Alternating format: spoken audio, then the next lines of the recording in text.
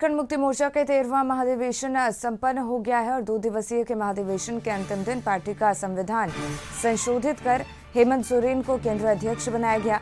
ये प्रस्ताव खुद दिशोम गुरु शिबू सोरेन ने रखा था और वहीं शिबू सोरेन को पार्टी के संस्थापक संरक्षक बनाया गया है, जबकि पार्टी की नई केंद्रीय कमेटी की घोषणा की गई, जिसमें गांधी विधायक कल्पना सोरेन समेत 284 लोगों को सदस्य बनाया गया है।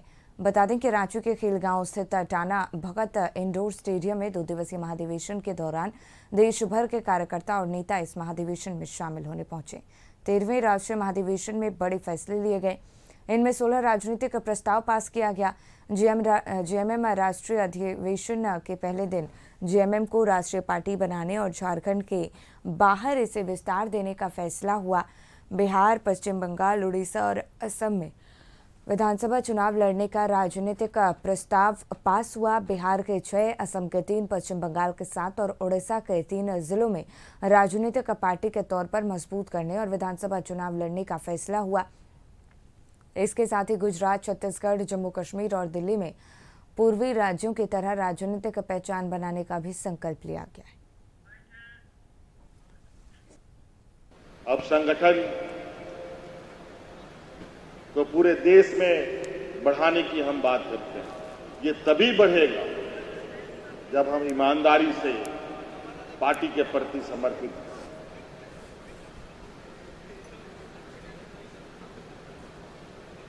आज हम ही नहीं बल्कि हमारे परिवार के अंदर, आपके परिवार के अंदर, आपके बाल बच्चे, परिवार में जितने भी लोग हैं, सब लोग पार्टी के प्रति कैसे समर्पित हों, ये भी आपको सुनिश्चित करने की जरूरत है। तभी हम इस सफर को मंजिल तक पहुंचा पाएंगे। बड़े मैंडेट के साथ, इतने बड़े बहुमत के साथ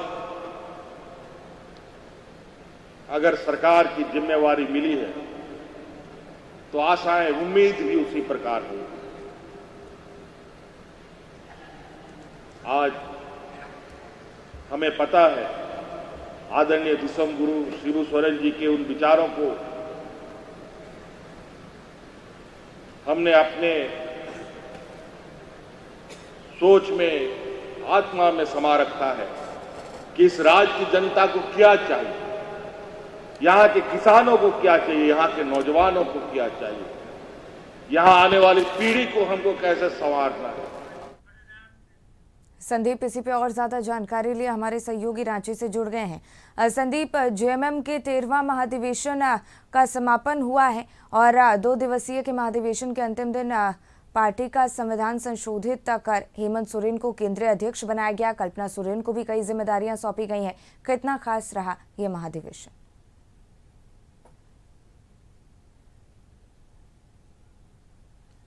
यदि झारखंड मुक्ति मोर्चा के 13वें अधिवेशन की बात की जाए तो कल इसका समापन हो गया और 2 दिवसीय अधिवेशन खेलगांव के टाना भगत इंडोर स्टेडियम में आयोजित थी और कल सर्वसम्मति से केंद्रीय अध्यक्ष के रूप में हेमंत सोरेन को चुन लिया गया है। हालांकि शिबू सोरेन जो पहले केंद्रीय अध्यक्ष थे उनको संरक्षक और बनाया गया है और संस्थापक बनाया गया है।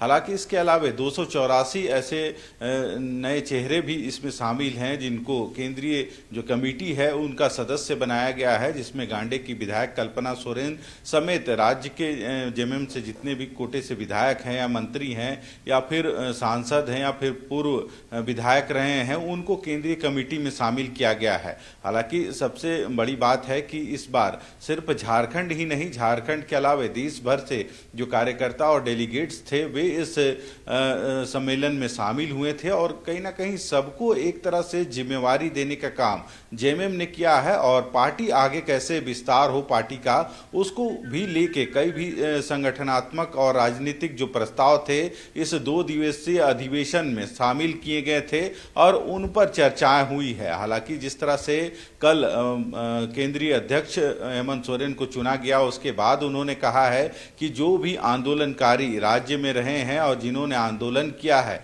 यदि उनकी आकस्मिक कभी भी मृत्यु होती है तो उनको सरकार की तरफ से 1 लाख रुपए की राशि प्रदान की जाएगी। और एक बड़ा ऐलान उन आंदोलनकारियों के लिए है, क्योंकि जिन्होंने झारखंड अलग राज्य की लड़ाई लड़ी और अब भी बहुत ऐसे आंदोलनकारी हैं जो सूचीबद्ध नहीं हो सके हैं, उस दिशा में भी लगातार सरकार काम कर रही है।